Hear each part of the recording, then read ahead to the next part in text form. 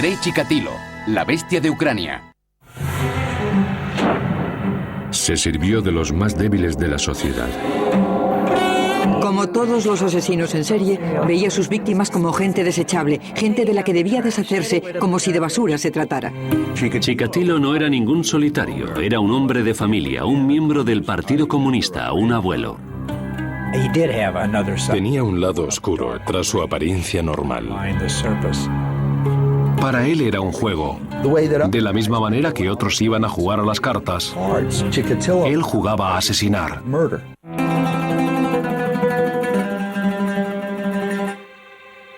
Rostov del Don, Rusia, octubre de 1982. Un destacamento especial busca desesperadamente a un asesino en serie. La investigación había comenzado 4 meses antes cuando se encontró el cuerpo sin vida de una niña de 13 años en una sombría zona de bosque. La habían matado a puñaladas y le habían arrancado los ojos. Existe una superstición rusa que dice que lo último que la víctima de un asesino ve se queda grabado en sus ojos. Al poco tiempo, se descubrieron otros 2 cuerpos en condiciones parecidas. Habían abusado sexualmente de las 3. Todos los cuerpos se encontraron en el bosque cerca de las vías del tren, de las zonas de Okabrisky y Sakti. Al principio, la naturaleza cruel y ritualista de los asesinatos llevó a la policía a sospechar que se estaban llevando a cabo cultos satánicos o que un grupo de gente estaba recolectando órganos para trasplantes. La policía también se preguntaba si los responsables serían un grupo de retrasados mentales de la zona, por lo que llamaron a la investigación el caso de los tontos. Ninguna de estas teorías resultaron ser ciertas. En la era soviética, los investigadores locales no estaban preparados para entender la naturaleza tan cruel de los asesinatos. Nunca se habían encontrado con un caso de este calibre y eran reacios a admitir que este tipo de cosas podían suceder en un estado comunista. Lo único que podían hacer era recopilar pruebas. Hicimos un trabajo muy escrupuloso, que fue desde la identificación de los cuerpos hasta las pruebas forenses de los restos. A pesar de sus esfuerzos, el número de asesinatos aumentaba. En 1984 habíamos encontrado un total de 23 cuerpos. Algunos de los cadáveres eran recientes, lo que nos ayudó a hacernos una idea de las heridas de las víctimas y del comportamiento del asesino en la escena del crimen. Muchas de las víctimas eran chicas y chicos jóvenes que habían sido encontrados en los bosques de los alrededores de Rostov. Todos habían sido mutilados. En algunas de las víctimas se podía ver aún el reflejo del horror en sus ojos. Fue muy duro porque la mayoría eran niños, con el pecho y el vientre cortado. Era horrible. En muchos casos, estaba claro que había arrancado con los dientes partes de los cuerpos.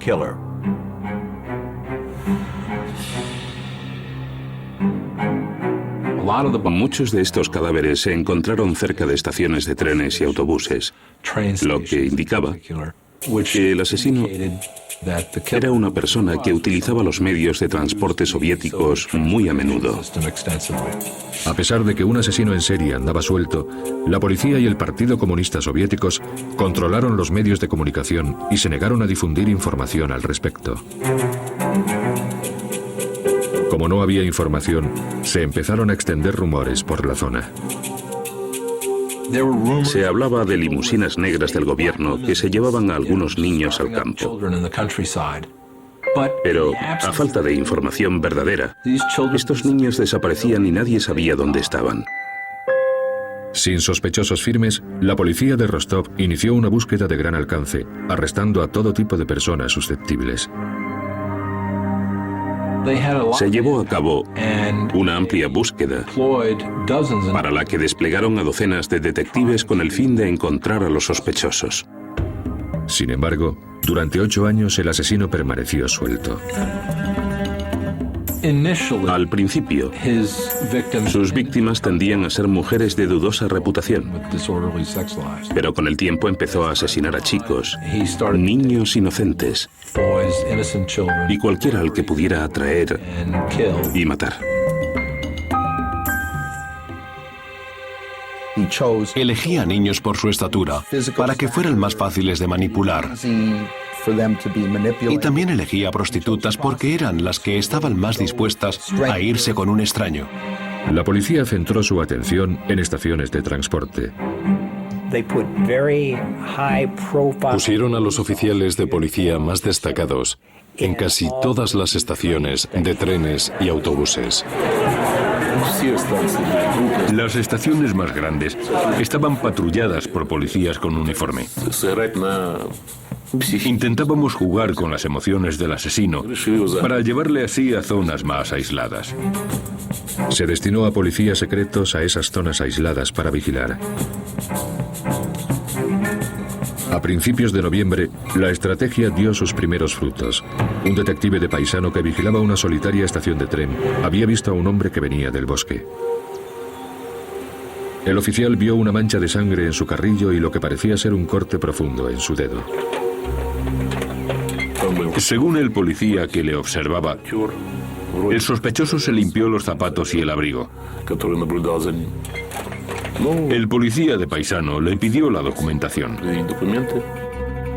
Se identificó como Andrei Chikatilo, un abuelo de 54 años y un miembro leal al Partido Comunista.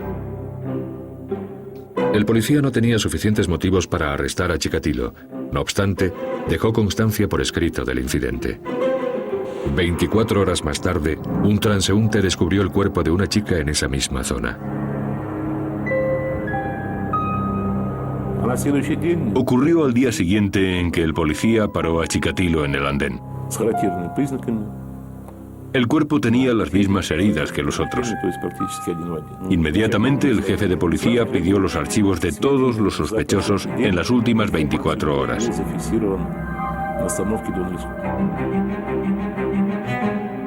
El 20 de noviembre de 1990, Andrei Chikatilo fue detenido en un mercado de Rostov. Los investigadores grabaron el arresto en vídeo. Había salido del bar con una cerveza e intentó establecer contacto con un chico. Sospechamos que podía intentar llevarse al chico con él, por lo que arrestamos a Chikatilo. Chikatilo era sospechoso de haber cometido más de 30 asesinatos. Sin embargo, la policía no tenía ningún testigo presencial ni pruebas concluyentes. Los detectives necesitaban desesperadamente pruebas de su culpabilidad. Necesitaban una confesión. Querían una confesión. Cuando lees Crimen y Castigo de Dostoyevsky, te das cuenta de la importancia de la confesión en la cultura rusa. Pronto, Andrei Chikatilo revelaría detalles escabrosos sobre sus 12 años como depredador sexual. Fue un relato que sobrecogió a toda una nación. En los anales del crimen, Andrei Chikatilo es, sin duda, uno de los asesinos más sádicos. Sin embargo, consiguió escapar de la policía durante más de 12 años.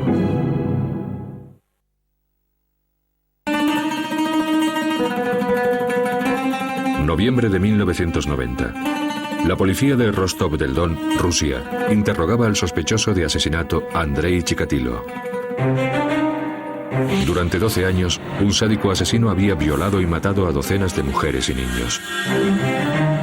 Las autoridades estaban convencidas de que Chikatilo era culpable. Pero este padre de 2 niños no lo admitía. Por ley, las autoridades tenían 10 días para inculpar a Chikatilo de los asesinatos.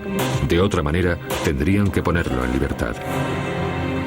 En el 9º día, pedimos al psiquiatra Bukanovsky que hablara con Chikatilo en privado. Pasó el día entero con él, desde muy temprano hasta muy tarde. Las técnicas que empleó el psiquiatra Aleksandr Burkanovsky fueron muy diferentes a los interrogatorios policiales.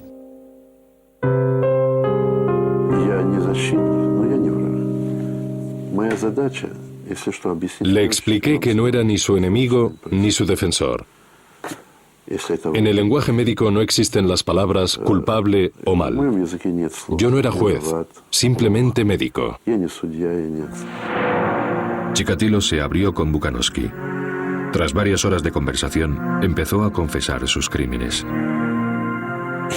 Creo que, de alguna manera, quería que le cogieran.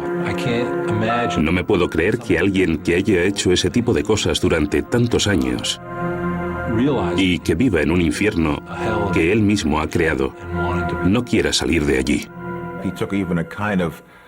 Incluso nos enseñó orgulloso varias de las técnicas que empleaba en el gimnasio del KGB, técnicas en las que utilizaba muñecos que representaban a las víctimas.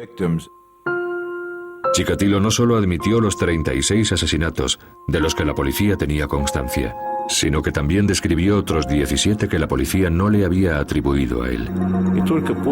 Desde entonces, comenzamos a recopilar pruebas para demostrar su conexión con las otras muertes. Или брюки только спущены?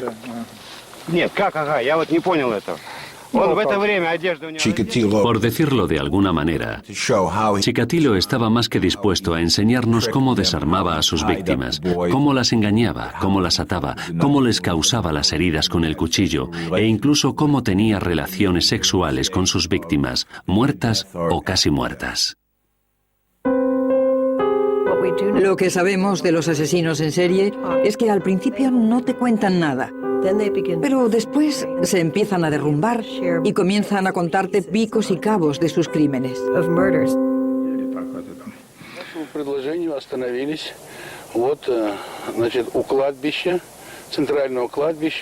La tarde del 7 de diciembre de 1990, la policía llevó a Chikatilo a la localidad de Shakti. De nuevo, uno de los oficiales tenía una videocámara.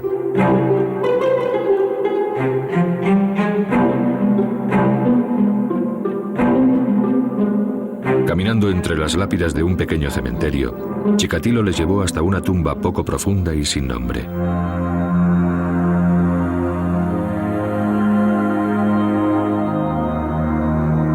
La policía excavó hasta encontrar una zapatilla de niño entre la tierra. Chikatilo miraba con toda tranquilidad, indiferente a lo que sucedía. Sin embargo, estos horrores sobrecogerían a todo el país. ¿Qué pudo haber creado a este asesino brutal? ¿Cómo pudo haber matado a tantas personas durante tanto tiempo? ¿Qué llevaría a una persona a traspasar esa línea y a convertirse en un criminal en serie de ese tipo?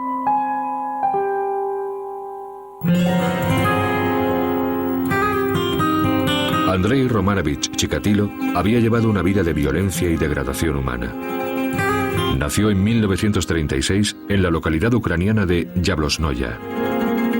Joseph Stalin gobernaba la Unión Soviética con mano dura y la hambruna devastaba al pueblo ucraniano. Había mucha escasez de comida en Ucrania, en parte por los estragos de la guerra y también por las políticas agrarias de Stalin. Bajo el estandarte del colectivismo, Stalin obligó a los pequeños agricultores a dar sus cosechas enteras al Estado para ser distribuidas a nivel nacional, a pesar de que en Ucrania la gente se moría de hambre. Hubo brotes de canibalismo en Rusia por el simple hecho de que se morían de hambre. Las noticias sobre el canibalismo se hicieron tan frecuentes que pasaron a formar parte de la cultura popular. Una historia típica de canibalismo familiar era: han arrestado a mi tía porque invitó a un amigo a cenar y encontró yemas de dedos en la sopa.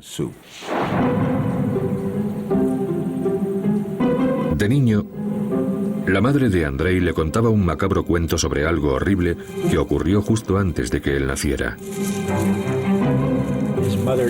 Su madre le contaba a menudo que a su hermano mayor se lo habían comido en los tiempos de hambruna. Siempre le decía: no salgas a jugar de noche porque te comerán como a tu hermano Stepan.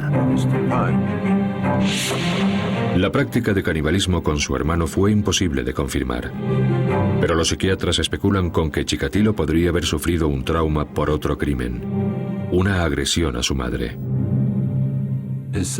Su hermana nació en 1943, cuando los alemanes ocupaban parte de Ucrania. Y supuestamente, su padre servía al Ejército Rojo en aquella época, por lo que es muy poco probable que volviera al hogar familiar y dejara embarazada a su madre. Por tanto, puede que viera a algún soldado alemán violar a su madre. Otro golpe tremendo para un Andrei de 13 años fue la suerte de su padre, al que hicieron prisionero los nazis. Cuando finalmente el padre de Chikatilo regresó a su casa en 1949, padecía tuberculosis. Y en lugar de ser recompensado por su servicio en la guerra, fue tachado de traidor al gobierno soviético. En tiempos de guerra, para ser alguien respetable había que ganar o morir. No había otra forma. La paranoia de Stalin era tal que los soldados que eran capturados por los alemanes eran considerados sospechosos. A pesar de que el Partido Comunista había convertido al padre de Andrei en un marginado, la devoción de Andrei al Estado era tal que se afilió en las Juventudes Comunistas cuando era muy joven. Chikatilo era muy sincero en cuanto a sus creencias. Era un comunista declarado. Pero con la llegada de la pubertad, el joven Andrei se dio cuenta de que no era como los otros chicos. No se llegaba a integrar y se sentía humillado y avergonzado por su poca destreza sexual. Su círculo social estaba formado por chicos más jóvenes que él, con los que se sentía más cómodo porque le entendían mejor. Y también estaba a gusto con gente mayor porque le consideraban un buen chico. De adolescente le gustaban las chicas, pero se sentía humillado cuando era incapaz de realizar el acto sexual. En la cúspide de su atractivo físico, inició una relación con una chica del pueblo. Pero su impotencia destrozó dicha relación y se convirtió en objeto de habladurías. Fue otro insulto más a la frágil imagen que tenía de sí mismo, y también un descubrimiento que le atormentaría el resto de su vida.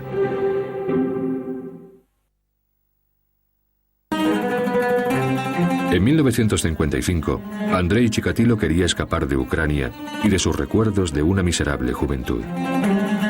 En su adolescencia, Andrei ya sabía que era impotente. Para compensar esta carencia, Chikatilo decidió mejorarse a sí mismo en otros aspectos. Puso los ojos en la prestigiosa Universidad de Moscú, confiando en licenciarse en Derecho, pero suspendió el examen de acceso. Decepcionado, ingresó en una escuela de formación profesional. Quería verse a sí mismo como una persona que había estudiado mucho y que tenía una carrera universitaria y no solo algunos logros insignificantes. Eso fue otro intento para ser aceptado. Otro intento de encubrir al verdadero Chikatilo. En 1963, cuando tenía 28 años, se casó animado por su hermana. Vivía con su hermana y con una amiga soltera de esta. Chikatilo y la amiga empezaron a compartir habitación y como no tenían nada mejor que el uno al otro, se casaron. Su nueva mujer, Feodosia, era una chica de 24 años, hija de minero. Al menos, había encontrado a una persona con la que comunicarse y relacionarse, y con la que tener una relación emocional aparentemente normal. Nunca pudo llegar a tener relaciones sexuales normales con su mujer, pero a través de un proceso de masturbación e inseminación pudieron concebir. En 1965 lo consiguieron. Tuvieron a su hija, Liuda, y 4 años después a su hijo, Yura.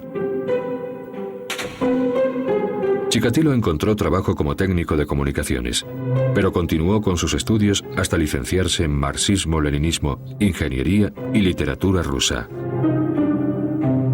La familia vivía en un anodino bloque de pisos. Para lo que era Rusia entonces, Llevaba una vida agradable. Aparentemente Andrei era un buen marido y un buen padre. Feodosia no tenía de qué quejarse. Ella debía pensar, es miembro del Partido Comunista, trae dinero a casa, no es un borracho y no me maltrata. Y estas dos últimas cosas le diferenciaban de la media soviética favorablemente. Lo que todo el mundo veía era su matrimonio, sus hijos, su afiliación al Partido Comunista. Pero esa no era su verdadera personalidad. Chikatilo se había construido una modesta pero respetable fachada exterior. Sin embargo, en su interior estaba tremendamente frustrado. Por supuesto que su impotencia le encolerizaba en gran medida, y de ahí que necesitara sentirse superior, por eso tenía 3 carreras universitarias. Creo que impotente es el adjetivo que mejor describe la vida de este hombre. En 1970, Chikatilo aceptó un trabajo en un instituto. Este hombre de 34 años esperaba ser aceptado y respetado como profesor. Sin embargo, lo único que encontró fue humillación. Sus alumnos no le tomaban en serio, se negaban a comportarse bien e incluso fumaban delante de él en la clase. No era una persona que se hiciera respetar en una clase llena de niños. Y siempre se burlaban de él. Sus alumnos le llamaban el ganso. Y ganso en ruso también es una especie de memo. No inspiraba ningún respeto. Y lo que era peor, Chikatilo se ponía furioso al ver a los jóvenes enamorándose a su alrededor y, según él, teniendo relaciones sexuales. Una de las cosas que quería cambiar y que no podía era su impotencia sexual. Sentía que el mundo había cometido una tremenda injusticia con él. Incluso la gente de dudosa reputación podía disfrutar de la sexualidad, de los placeres del amor. Pero Chikatilo, el erudito, el brillante, el especial, el genio, no podía. Y esa era la causa de su cólera. A principios de los años 70, Chikatilo reaccionó a su rabia y frustración abusando sexualmente de sus alumnos, tanto chicos como chicas. Se sentía tan rechazado por los adultos al no ser capaz de mantener relaciones sexuales que se centró en los niños indefensos. En 1974 fue despedido acusado de mala conducta sexual con los alumnos. El director del colegio, en lugar de aceptar su responsabilidad por contratarle, decidió despedir a Chikatilo, algo muy típico en la sociedad soviética y, en definitiva, en cualquier sociedad. Como el incidente no se hizo público, Chikatilo pudo trasladarse a otro lugar. Se marchó con su familia a la localidad cercana de Shakti. Allí encontró un nuevo trabajo como profesor en el Centro de Formación Profesional 33.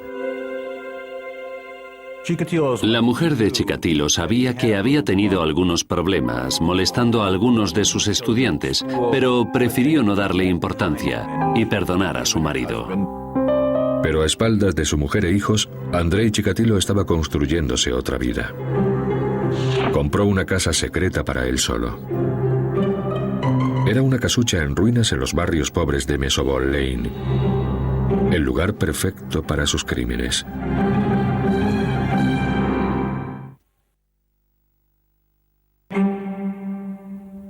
En Shakti, Rusia, Andrei Chikatilo tenía la imagen de un abnegado padre de familia.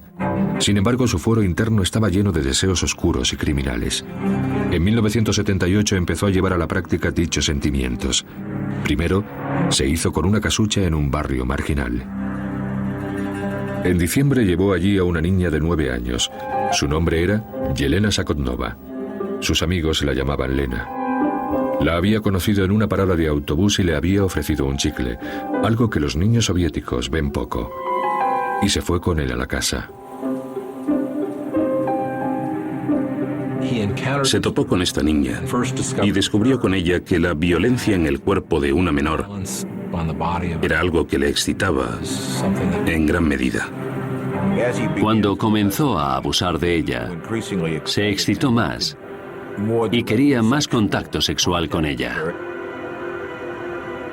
Como no podía mantener relaciones sexuales con ella, usó el cuchillo en su lugar. En ese momento descubrió que el asesinato era su pasión. Después de esto, se empezó a conocer una faceta nueva de sí mismo. Luego, llevó a Lena al cercano río Grusevska. Puso su cuerpo en el agua y tiró también su mochila. Encontraron el cadáver 2 días después. A pesar de que la policía que investigaba el caso encontró manchas de sangre cerca de la casa secreta de Andrei Chikatilo, no lo consideró principal sospechoso. El problema era que no tenía antecedentes penales, que era miembro del Partido Comunista y que tenía mujer e hijos. Por tanto, no encajaba en el perfil de los criminales. En lugar de centrarse en Chikatilo, la policía encontró a un sospechoso más apropiado, un hombre de la localidad que había estado en la cárcel por violación. Después sería condenado y ejecutado. Habiendo asesinado por placer, Andrei Chikatilo fue capaz de borrar el sentido de impotencia que le había atormentado toda su vida.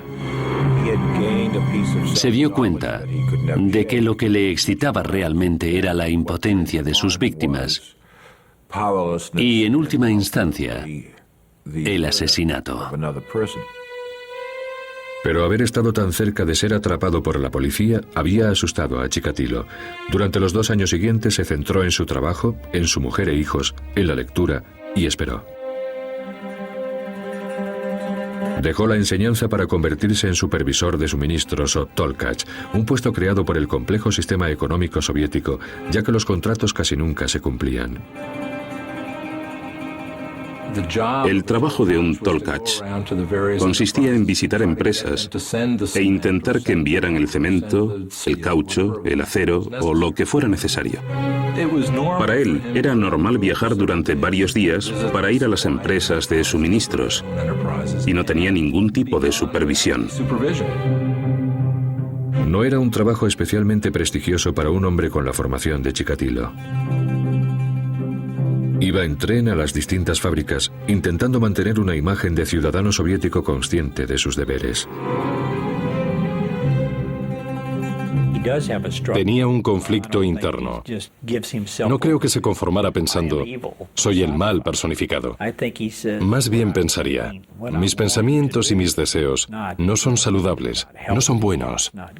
En el caso de una persona como Chikatilo, la brillantez y la fuerza le venían dadas por su disciplina para mantener las 2 mitades de su personalidad totalmente separadas. Durante más de 2 años, Chikatilo pudo controlar sus instintos asesinos, pero finalmente su lado oscuro resurgió.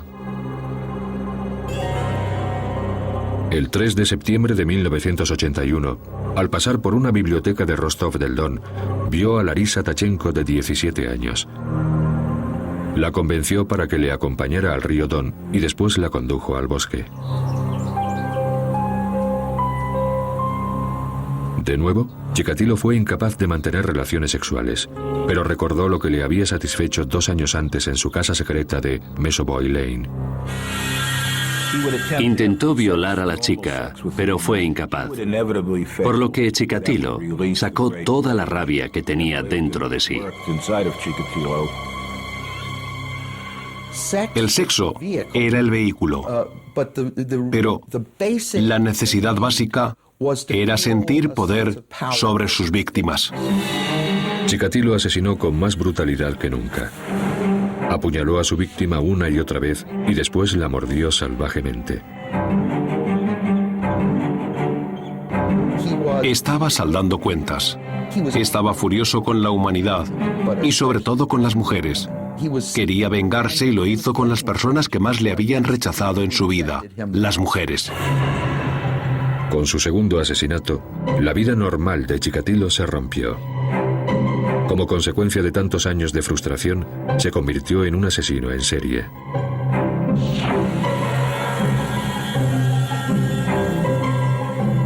Era un hombre impotente. ¿Qué significa la palabra impotente? Significa que no tiene poder. Por tanto, cuando estaba con niños o con mujeres, lo esencial para él era la dominación física y el control sobre sus víctimas. La satisfacción se mezcló con la rabia y la hostilidad, y llegó un momento en que no las pudo separar. Matar le excitaba cada vez más, e incluso llegaba a eyacular espontáneamente mientras mutilaba a sus víctimas. Después, cortaba partes del cuerpo de la víctima. Chikatilo admitió hacer incisiones, sacar úteros, aunque no confesó que también se los comía. Solo dijo, me gustaba mordisquearlos. ¿Eran tan rosas y blanditos? Esas fueron sus palabras. Lo que había empezado como una búsqueda de satisfacción sexual se había convertido en numerosos asesinatos, los peores de la historia rusa.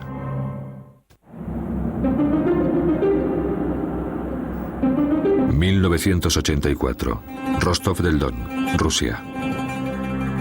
Andrei Chikatilo ya había asesinado a 23 personas. Tras estos brutales asesinatos, la policía empezó a hacer preguntas a cualquiera que les pareciera sospechoso.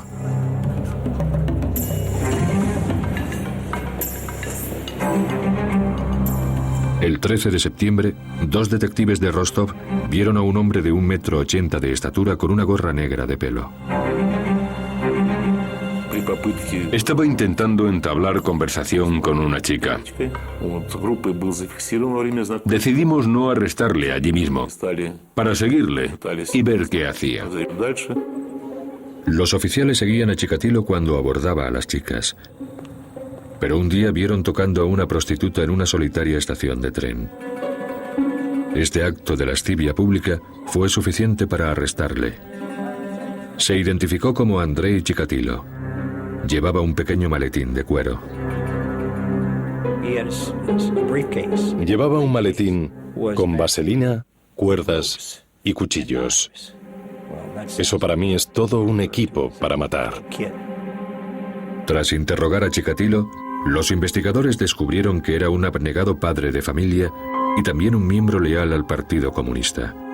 Finalmente fue puesto en libertad. Estaban buscando a un asesino joven con antecedentes penales, alguien que encajara en el perfil de pervertido. Tenía pelo canoso, gafas gruesas, era alto y delgado y tenía barriga. Físicamente era normal y corriente, un soviético más. Además, los laboratorios de la policía fueron poco eficientes con sus análisis de sangre, que era lo que podía haberle vinculado con los crímenes. La policía rusa se encontraba en la Edad Media por lo que respecta a la tecnología y al nivel organizativo. Y normalmente, las muestras de sangre y esperma se perdían. Eso es un ejemplo de las carencias de la ciencia y de las capacidades productivas soviéticas. Chikatilo era libre para matar de nuevo. La policía estaba deseando poner fin a los crímenes, por lo que decidieron probar una técnica criminológica estadounidense: los perfiles psicológicos. El psiquiatra Alexander Bukanovsky fue contratado para crear un retrato psicológico del asesino.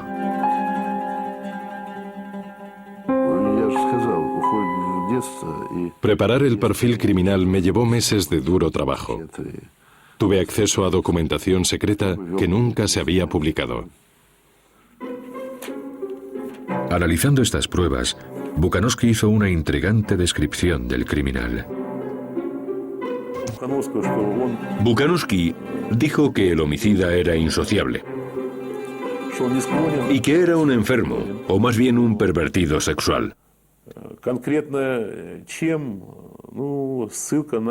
También dijo que quizá viviera solo o con una esposa, en cuyo caso no tendría relaciones sexuales con ella. Sin embargo, la policía tardó 6 años más en capturar a Chikatilo. Muchos de los factores que provocaron la desaparición de la Unión Soviética también influyeron en el caso Chikatilo, permitiéndole cometer asesinatos durante tanto tiempo. Finalmente, el 20 de noviembre de 1990, tras 12 años de asesinatos y 52 víctimas, Andrei Chikatilo fue arrestado. El perfil del Dr. Bukanowski había demostrado ser escalofriantemente preciso. En su confesión dijo que disfrutaba con los gritos, la sangre y el dolor de sus víctimas. Evidentemente, era un sádico sexual. Lo que el asesino en serie aprende con su primer crimen es a tener control.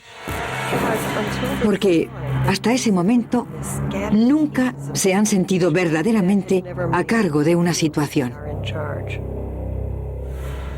Para la mayoría de la gente, el sexo es la mayor fuerza motivadora. Es el deseo de procrear, el deseo de ser un ser sexual. De ahí venía su frustración y su humillación contra las que luchó durante toda su vida. Primavera de 1992. Andrei Chikatilo, un abuelo de 56 años y un miembro leal al Partido Comunista, estaba acusado de una ristra de horribles y brutales asesinatos. La Unión Soviética se había desmoronado y se había convertido en la Confederación de Estados Independientes. El juicio a Chikatilo prometía ser el primer gran espectáculo de la era postsoviética. El pueblo ruso reaccionó con adusta fascinación. Cuando el caso de Chikatilo se hizo más o menos público, la gente de los alrededores fue consciente de que un asesino en serie andaba suelto, y en Rusia nada se extiende más rápido que un rumor.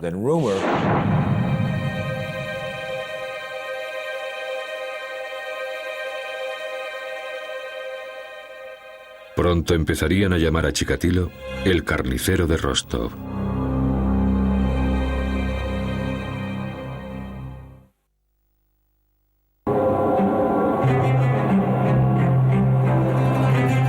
La mañana del 14 de abril de 1992, en la ciudad rusa de Rostov del Don, los lugareños abarrotaron las escaleras del Tribunal de Justicia, deseosos de ver al acusado Andrei Chikatilo. Durante meses, los periódicos se habían referido a él como el Destripador Rojo o el Carnicero de Rostov. Chikatilo llevaba una camisa de las Olimpiadas que le habían facilitado en el juzgado. Y le habían rapado la cabeza, algo que se hacía normalmente para evitar piojos. Cuando comenzó el juicio, parecía más un circo que un juicio por asesinato.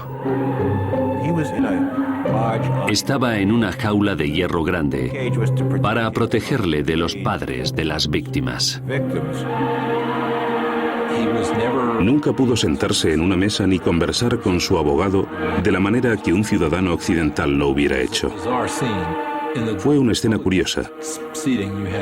En los asientos públicos se encontraban las familias de las víctimas que querían verle ejecutado. Y si hubieran podido hacerlo ellos mismos, lo habrían hecho. La reacción de los padres de las víctimas fue comprensiblemente muy dura. Cuando lo vieron en la jaula, la gente gritaba: «Dejádnoslo a nosotros». Pero ¿qué se podía esperar de unos padres que habían perdido a sus hijos por culpa de este hombre? Al otro lado de la sala se encontraba el juez Leonid Akusanov, flanqueado por ciudadanos ordinarios, o el equivalente ruso al jurado occidental.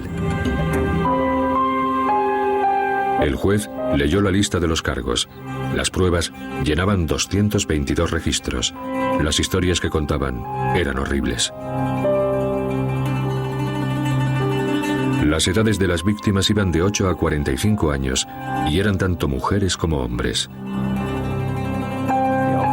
Si el último propósito del acto sexual es crear vida, la idea de Chikatilo era alcanzar el orgasmo con la muerte de su víctima. Era antisexo y antivida. El juez estuvo leyendo durante 2 días la lista de acusaciones. El 16 de abril se permitió al acusado dirigirse al jurado. Las familias de las víctimas le insultaron y hubo quien se desmayó. En una complicada declaración de 2 horas, Chikatilo se describió a sí mismo como un hombre a quien le habían robado los genitales. Impotente de nacimiento, Chikatilo afirmó que sus problemas sexuales le habían llevado a cometer dichos crímenes. Reafirmó que nunca planificó sus asesinatos, sino que lo hacía cuando perdía el control sobre sí mismo. En algunos momentos parecía que quería hacer ver que estaba loco. Una de las veces que yo fui, empezó a saltar y a gritar al juez, y después se bajó los pantalones. Otras veces empezaba a maldecir y a gritar. La mayoría de los observadores creían que el comportamiento de Chikatilo en la sala era para inspirar lástima. Si se le consideraba demente, le llevarían a un hospital psiquiátrico. Si se le consideraba cuerdo, lo ejecutarían. En Rusia, las ejecuciones consistían en un disparo a la cabeza. La definición de cordura y demencia desde un punto de vista legal es cuando la persona en cuestión puede diferenciar el bien y el mal. Esta es una definición internacional válida también en la Unión Soviética. El juicio duró 6 meses. En él, Chikatilo se presentó como una víctima desgraciada de la indiferencia y una metáfora horrible del fallido experimento social que fue Rusia. En su defensa, culpó a Stalin, a sus padres, al canibalismo provocado por la hambruna, al Partido Comunista e incluso a su tipo de sangre. La acusación llegó a afirmar que Andrei Chikatilo era el asesino más calculador y diabólico de todos los tiempos. Sus crímenes fueron nauseabundos, pero yo no creo que fuera un enfermo mental ni un demente. Era una mala persona, pero no estaba loco. Era muy astuto, pero no loco.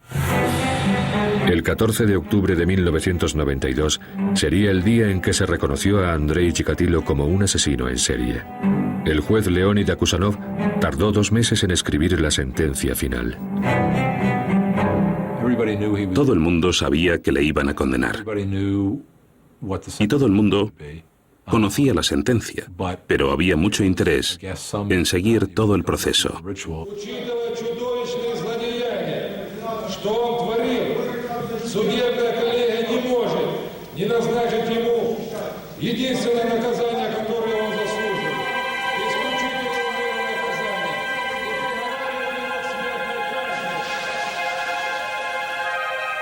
Después de 12 años de asesinatos, se hizo justicia.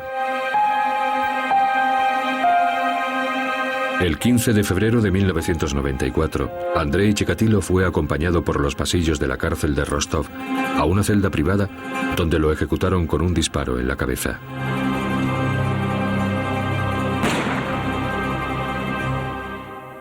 En el período subsiguiente a su ejecución, escritores, periodistas y familias de víctimas intentaron encontrar algunas muestras de humanidad en Andrei Chikatilo. Sin embargo, este hombre que cometió asesinatos tan crueles sigue siendo un misterio. Él mismo habló de sus motivaciones, pero nunca con la suficiente sinceridad como para explicar los espantosos crímenes que cometió a lo largo de su vida. Después de haber visto los cuerpos sin vida de tantas víctimas, creo que es normal que le odie. Sentí un gran alivio cuando finalmente capturamos a Chikatilo y me di cuenta de que nunca controló lo que estaba haciendo. Era una persona enferma que actuaba en contra de su voluntad. Se le puede considerar víctima de sus circunstancias o mala persona que conscientemente asesinó a sus víctimas. Pero la maldad que creció dentro de él no era algo extraño al ser humano. Quizás la sentencia final de Andrei Chikatilo fue escrita por él mismo. Una expresión de culpabilidad y de odio a sí mismo que deja ver su naturaleza violenta y espeluznante. Y ahora, mi cerebro debería hacerse pedazos y examinarse para que no haya otros como yo.